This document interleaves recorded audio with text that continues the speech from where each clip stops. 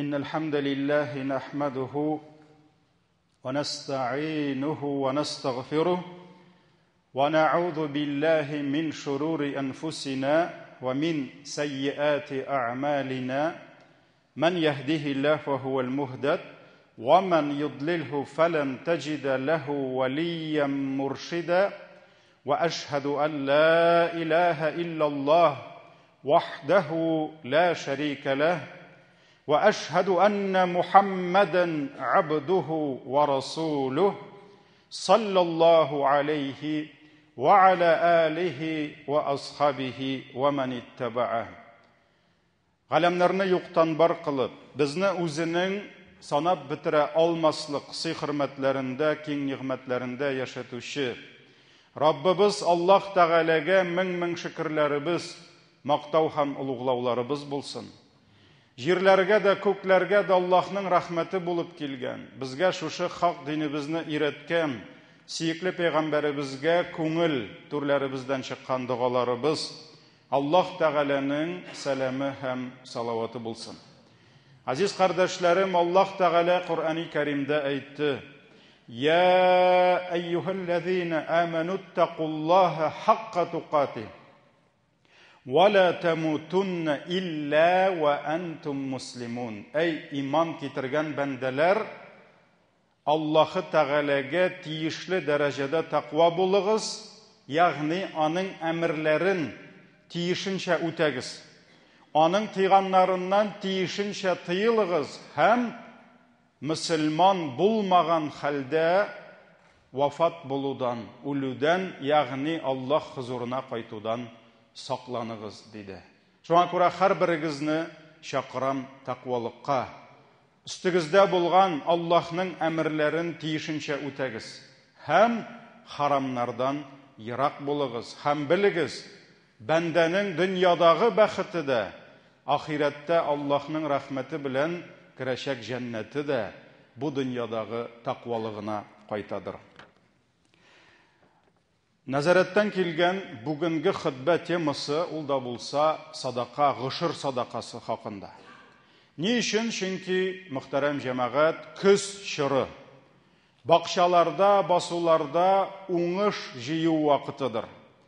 Аллаһы Тәгалә безгә үзе насыйп иткән шушы туфрактан, үзе безгә биргән шифалы яңгыр сулары белән җиләк җимешләрдән, яшелчәләрдән, игеннәрдән безгә гышырын бирергә. Гышыр дигән сүз 10нан 1 өлешен алып, 10%-ын мохтаҗларга биреп, аларны сөендерергә кушты, әмер итте. Һәм бу аның нигъмәтләре өчен, калган 90% өчен сиңа шөкер итү була, синнән шөкер итү була. Һәм әлбәттә ризыгыңның, тормышыңның бәрәкәте артуга сәбәп булып тора. Әгәр дә без Аллаһның китабы Коръәнне ачсак, сөекле пәйгамбәребезнең хадисләрен өйрәнсәк, без күрәбез, бик күп аятларда, бик күп хадисләрдә динебез безне өйрәтә, чакыра, бүлешә белергә. Аллаһ бирә, бирергә ярата, һәм Аллаһ бирүчене ярата, һәм бирүчегә бирә.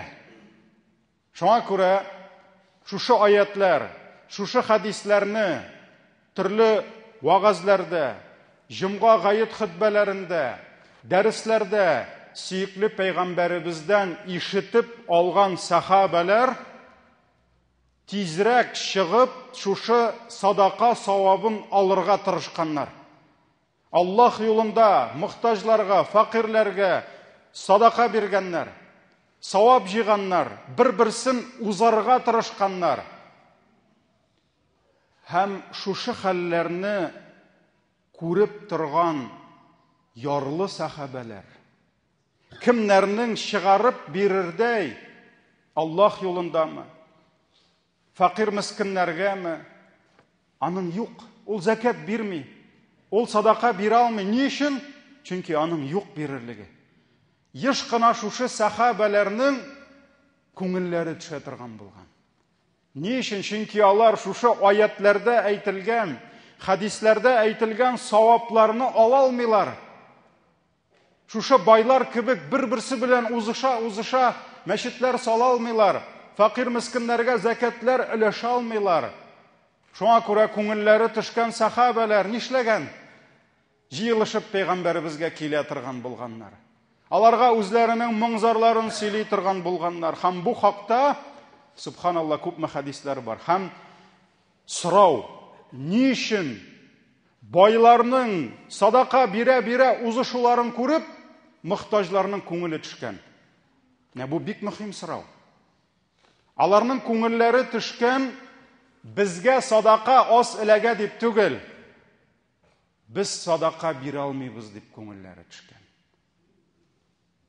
Әгәр бүген күп кенә ярлы фақирләрнең күңелләре төшсә, нигә аңа ул күбрәк бирде, ә миңа әзрәк эләкте дип? Ул заманда анда байлары да изге булган, хәерчеләре дә изге булган. Шуңа күрә алар кайгырганнар, тегеңә күбрәк эләкте, миңа әзрәк дип түгел, алар кайгырганнар. Алар бөтен савапны алып бетерә бит, садака бирә. Ә без садака бирә алмыйбыз, чөнки акчабыз юк дип, алар шуңа кайгыра торган булганнар. Заманалар үтеп, байлар да үзгәрде, хәерчеләр дә үзгәрде. Абу Хурайра радиллаһу анһу сөйли, көннәрдән бер көнне ярлы мухаҗирлар Мәккәдә ничә ел яшәп, төпләнгән. Берсенең базарда үзенең җире бар, точкасы бар дип әйтәбез инде. Берсенең кибете бар, берсенең басуы бар, берсенең бакчасы бар, ие бар, акчасы бар. Көннәрдән бер көнне Аллаһ әмер бирде. Булды, чыгып китегез, Мәккәне калдырып. Сез динегезне саклап Мәдинәгә күчәргә тиеш диде. Күбесе сәүдәләрен дә сата алмадылар, бирә алмадылар бер кемгә. Хәтта булды шундыйлар, хатыннарын, балаларын да ала алмадылар. Бер нәрсәсез килделәр кая? Мәдинәгә. Һәм Мәдинәгә килгәч тә 3 көндә алар байымады. Аларга яңадан бөтен нәрсәне башлау җиңел түгел иде. Менә шул вакытта бер төркем ярлы мухаҗирлар килделәр сөйкле пәйгамбәребез янына. Я Расулаллаһ, байлар ди, әллә нинди зур дәрәҗәләргә менәләр ди. Ул бит зур дәрәҗәләр дигән сүз яхшы йортларда, яхшы атларда түгел. Алар Аллаһ каршында зур дәрәҗәләргә бирәләр, садака биреп, закат биреп, һәм күпме әҗр савапка алар ирешәләр ди. Алар ирешәләр ди. Шуннан соң пәйгамбәребез әйтә, нәрсә булды ди? Шуннан сезгә нигә күңелегез төште? Шуннан соң алар әйтәләр, байлар ди, безнең кебек намаз укыйлар ди. Без дә 5 укыйбыз, алар да 5 укый. Без дә тәһаҗҗүдкә торабыз, алар да торалар ди. Алар ди, безнең кебек ураза тоталар ди. Ураза савабын безнең кебек алалар ди. Рамазанда тоталар, нәфилләрне тоталар. Ләкин бездән айырмалы буларак ди, алар бит әле садака биреп күпме савап җыялар ди. Ә без садака бирә алмыйбыз. Безгә ул саваплар юк, без аннан мәхрүм ди. Әле аларды истәвенә күпме кылларны азат итәләр ди. Чөнки Пәйгамбәр саллаллаһу алейһи ва саллям вакытында әле кыллык бар иде. Һәм иң саваплы садакаларның берсе нинди булды? Син базарга чыгасың да, базарда саттылар кешеләрне. Ләкин кешенең бәясе сыйыр бәясеннән кыйбатрак иде күпкә. Чөнки ул барыбер кеше, ул аны сатып алып үзенә хезмәт иттерделәр. Менә шушы кылны сатып алып күп акчалар биреп. Аннарысын бу кылга нәрсә дисең? Ты свободен дисең. Син аның язмышын үзгәртәсең. Син аны кыллыктан чыгарып, аңа азатлык бирәсең. Бу иң саваплы эшләрнең берсе иде. Шуңа күрә байлар ди, күпме кылларны сатып алып, аларны азат итәләр. Күпме савап җыялар. Ә без берсен дә эшли алмыйбыз ди. Нишләргә безгә ди? Шуннан соң пәйгамбәребез шушы яраткан сахабалары, алар баймы, ярлымы, аларның бөтенесен ярата иде. Шуңа күрә күңеле төшкәннәрнең пәйгамбәребез күңелләрен күтәрү юлын эзли. Шуннан соң әйтә, килегез әле. Хәзер мин сезгә ди шундый эш өйрәтәм ди. Тыңлагыз мине ди. Бу эшне эшләсәгез ди, теге сезне узган байларны куып җитәсез ди. Алар җыган бөтен савапны сез дә аласыз ди. Сезнең арттагылар сезне куып җитә алмаячак ди. Сез алга китәчәксез ди. Бөтенесен узып китәчәксез ди. Нәрсә турында әйтә Пәйгамбәребез? Шуннан соң нәрсә ди? Намаз укыганнан соң ди. 5 намаздан соң 33 тапкыр Субханалла дип әйтегез ди. 33 тапкыр Әлхәмдүлиллә дип әйтегез ди. Һәм 33 тапкыр, 33 мәртәбә Аллаһу Акбар дип әйтегез ди. Шул вакытта сезне узган байларның бөтенесен узып китәчәксез ди. Куып җитәчәксез ди. Сезнең арттагылар сезне куып җитә алмаслар ди. Һәм сездән дә күбрәк изгелек кылучы булмас ди. Илля мәгәр бу гамәлне кылучылар гына сезне куып җитәрләр ди. Ягъни башкалар да 33 тапкыр Субханалла, Әлхәмдүлиллә, Аллаһу Акбарны әйтсәләр, сезнең белән бер дәрәҗәдә булырлар, ә башкалар сезне куып җитә алмаслар ди. Сахабалар бик каты сөенделәр. Машалла, киселәрендә закат бирерлек, мәчетләр салырлык, Аллаһ юлында динар, дирхам, алтын, көмешләр таратырлык акчалары булмаса да, сөйкле Пәйгамбәрбез нәрсә диде? Шушы зикрләрне әйтсәгез, бөтенесен куып җитәчәксез диде. Бик сөенделәр һәм бөтенесе тотындылар нишләргә? Намаздан соң 33 тапкыр Субханалла, Әлхәмдүлиллә, Аллаһу Акбар, без сезнең белән әйткән зикр кебек. Ләкин менә проблема. Байлар ишеттеләр бит тегеләрнең нинди зикр әйткәннәрен. Ишеттеләр нинди савап вәгъдә ителгәнен. Бөтен байлар нишләделәр? Зикр әйтә башладылар. Фәкыйрләр белән бергә. Аны бит яшереп булмый. Берсе ишетте, икенчесе Пәйгамбәр шулай дип әйткән икән. Шуннан байлар әйттеләр: "Әйдә без дә әйтик әле." Бөтен байлар зикр әйтә башлады. Теге ярлы сахабалар тагын Пәйгамбәребезгә килделәр. "Я Расулалла", ди, "менә алар ишеттеләр дә, алар да шуны әйтә башлады", ди. "Без алар белән бер кая да уза алмыйбыз", ди. Шуннан соң Пәйгамбәребез әйтте: "Залика фадлуллаһи ю'тиһи ман яша", ди. Бу Җомга сүрәсендә дә бар бу аят. Бу инде Аллаһның рәхмәте ди. Кемгә Аллаһ шул рәхмәтен теләсә, аңа шуны насыйп итә ди. Менә шуңа күрә, мөхтәрәм җәмәгать, Аллаһның рәхмәте, бу хадис Бухари, Муслим җыентыкларында килә. Аллаһның рәхмәте киң. Әгәр дә син әҗр, савап җыям дисәң, Аллаһ һәр кемгә 1000 төрле, миллион төрле мөмкинлек бирә. Икенче хадис, бу Сахих Муслимда килә. Әбу Зар, тегесен Әбу Хурайра сөйләгән иде. Бусын Әбу Зар тапшыра. Шулай бер вакыт кешеләр дә җыелышып, фәкыйрләр Пәйгамбәребез янына килделәр ди. "Я Расулалла, бөтен савапны байлар җыеп бетерә", ди. Бөтен савапны байлар, менә хәерчеләр шуңа борчылганнар. Бөтен яхшы йортта байлар яши, бөтен тәмле ризыкны шулар ашый дип килмәгәннәр. Шитилдә байлар гына ял итә, нигә без ял итмибез дип килмәгәннәр.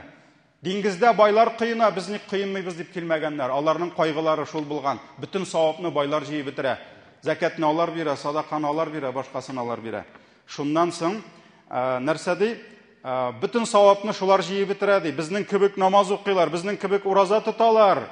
Ләкин аларның әле ди артык маллары бар ди. Ягъни кирәгеннән артык маллары бар. Һәм алар шул малларыннан садака биреп күпме савап җыялар ди. Безнең артык бирлегебез юк, без җыя алмыйбыз ди. Шуннан соң Пәйгамбәребез алейһиссалату вассалам аларга карыйда: "Әллә Аллаһ сезгә дә садака бирергә мөмкинлек бирмәдеме?" ди. "Бирмәдеме сезгә дә?" ди. "Карагыз", ди. "Һәрбер сезнең Субханалла дип әйтүегез садакадан китер", ди. 33 тапкыр Субханалла дип әйттең, 33 садака. 33 тапкыр Пәйгамбәребез әйтте: "Һәр Субханаллahыгыз садака булыр", ди. "Һәр Аллаһу Акбар дип әйткән сүзегез садака булыр", ди. "Һәр Әлхәмдүлилләһ дип әйткәнегез садака булыр", ди. "Һәр бер Ла илаһа иллаллаһ дип әйткәнегез садака булыр", ди. Кешеләрне чыгып изгелеккә өндәсәгез, менә берәр кешегә килеп, "Каралы, менә шулай булырга кирәк" дип, балаңамы, хатыныңамы, күршеңамы, туганыңамы, дустыңамы әйтсәң, бу садакадан китер, ди. Һәрбер кешегә килеп, яманлыктан тыйсаң, "Каралы, арак эчмә инде, бу бит хәерсез, күпме гынах җыясың бит. Каралы, моны эшләмә инде" дип әйтсәң, бу садакадан китер, ди. Хәтта ярлы сахабалар басып торалар бит инде. Пәйгамбәребез әйтте: "Хәтта кайтып хатыныгыз белән җинси мөнәсәбәт кылуыгыз да садака булыр", ди. Хатта шунсы да садақа булыр ди. Шуннан соң сахабалар біраз ғажапланып қалдылар. Ничек инде? Шуннан берсе әйтә: "Я Расулалла", ди, "Кайтып хатының белән йоклаган өчен дә савап алабызмыни?" ди. Пәйгамбәрбез елмайды да нәрсә ди? Әгәр дә бер ират чыгып, шит хатын кыз белән зина кылса, гынах аламы ди? Ала, зина иң зур гынахларның берсе. Иң күп гынах языла зина өчен. Менә нәкъ шуның кебек халал хатыныгыз белән кайтып йокласагыз, шуның кадәр савап алырсыз ди.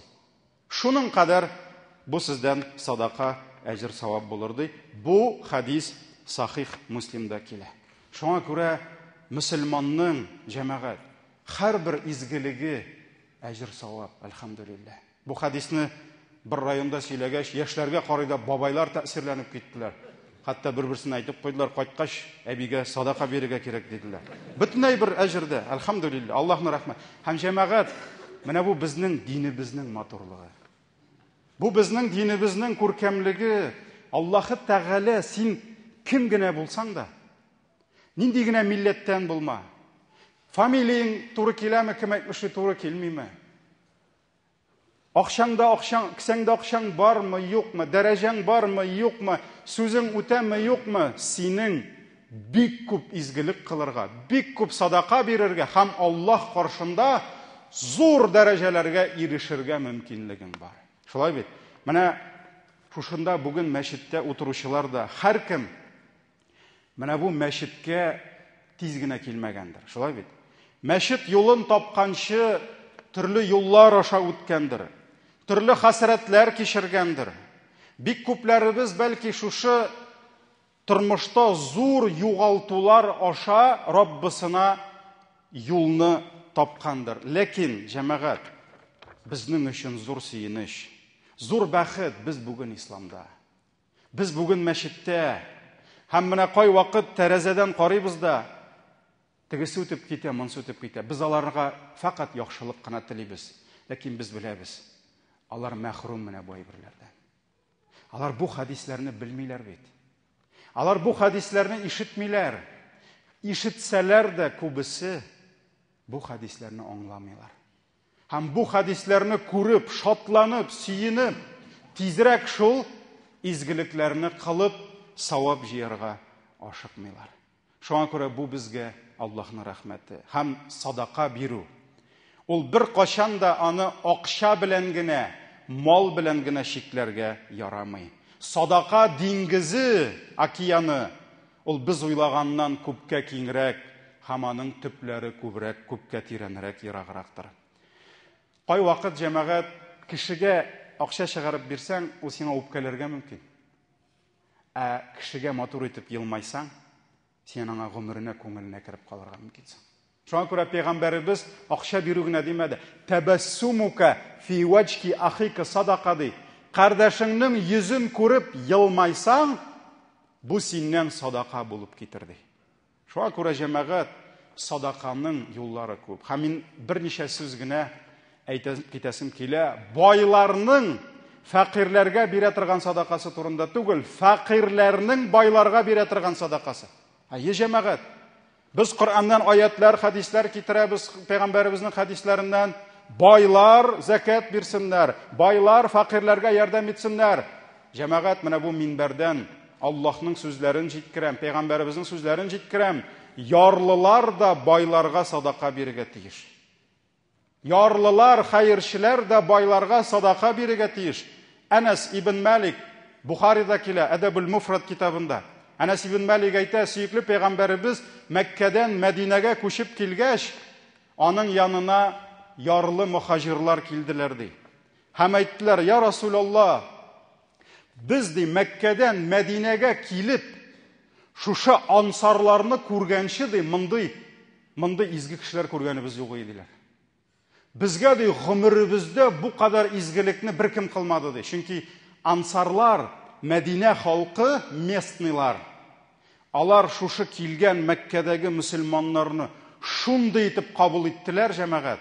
Аларга шул кадәр ярдәм бирделәр, хәтта мухаҗирлар әйттеләр: "Безнең ди гомеребезгә мондай изгелек күргәнебез юк иде." Нинди авырлык туса ди, алар бу авырлыкны үз өсләренә алдылар ди. Мәсәлән, яшәргә урын юкмы? Мә, өен икегә бүлде дә, мә яша диде. Акчасы юкмы? Акчасын икегә бүлде дә, мә диде. Ал акчаны диде. Ашарга юкмы? Мә сиңа 4 тавыгым бар икән, икесен үзенә калдырды, икесен аңа бирде.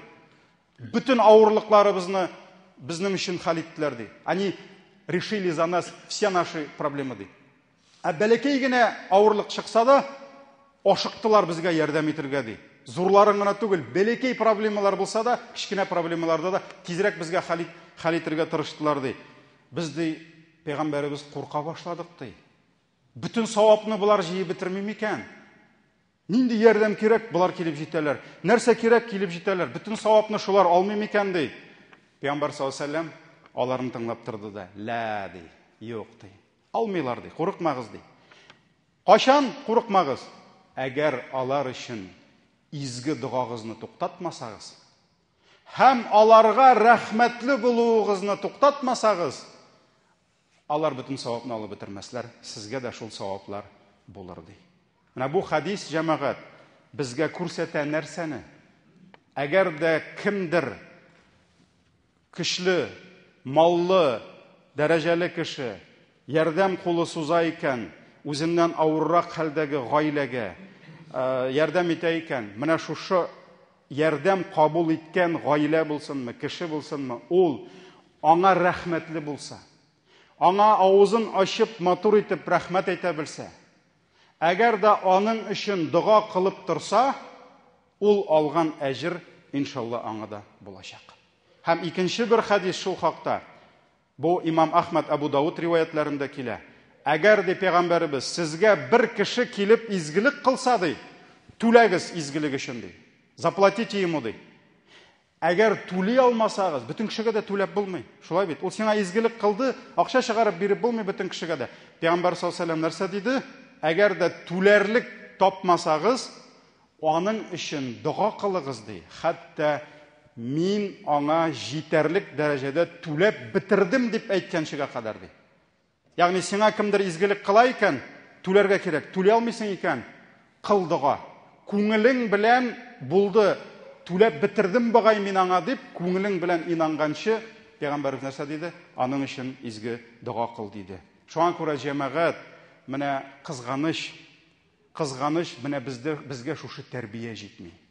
Biz үзебезгә изгелек кылган кешеләрне кай вакыт зурлыйсы, кай вакыт аларга рәхмәт укыйсы, изге дуга кыласы урында без аларны яманлый башлыйбыз. Без аларның гаепләрен тикшерә башлыйбыз. Шуңа күрә Аллаһның садака бирү йөкләмәсе обязанность безгә биргән. Байлар өстендә генә түгел, ярлылар өстендә дә. Изгелекне кылучылар гына түгел, изгелекне кабул итүчеләр дә садака бирергә тиеш. Ничек итеп? Аларга изге дуга кылып. Менә җәмәгать бүгенге көндә дә, хәтта менә җәмгыятьтә эш бирүчеләр бар, работодательләр, бар наемный рабочийлар, сотрудниклар. Менә монда да ул җитеп бетми.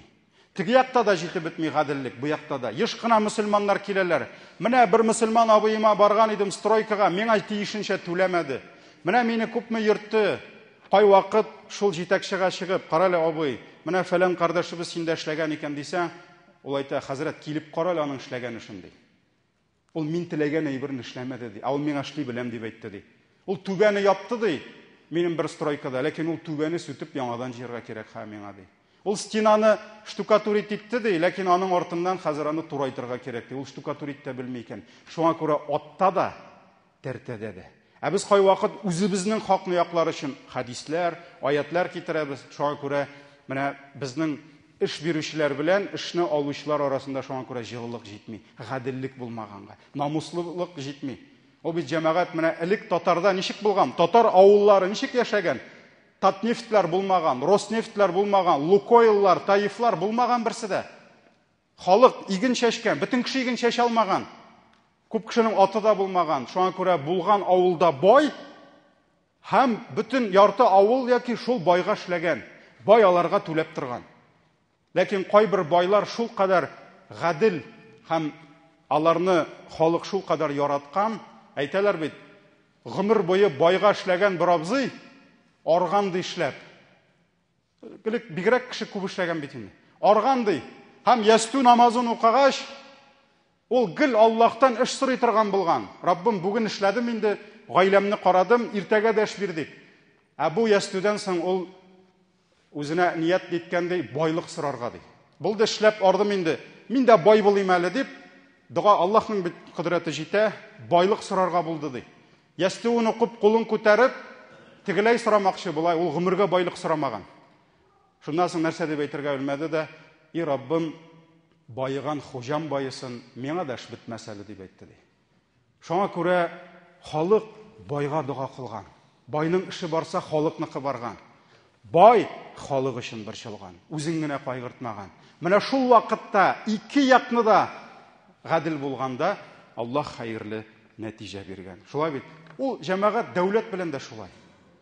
Менә дәүләт нәрсәнедер бирмәсә, сүгәбез дәүләтне. Шулай бит. Менә урамда шыкыр булса, асфальтта, анда инде җитәкчеләрнең фамилиялары берничә мең. Шулай бит. Бөтен кеше мин фәлән налог түлим ди, тегеләй, булай ди, шыкыр, менә шул шыкырны матур итеп, кап-кара асфальт белән әйләндереп куйсалар, рәхмәт әйтү юк, нәрсә? Они это должны нам ди. Менә шуңа күрә без үзебез дә гадил түгел, җәмәгать. Дәүләт белән булсынмы, башкасы белән булсынмы? Менә шуңа күрә Раббым Аллаһ һәрберебезне үзенә кичерсен һәм байларыбызга да, ярлыларыбызга да Аллаһ Тәгалә юлында садака бирергә. Хәерле изге эшләрдә булырга Раббым иншаллаһ насиб итсен. Баракаллаху лана ва лакум фил Кур'анил азим ва нафa'на бил аяти ва зикрил хаким. Иннаху хувал гафурур рахим.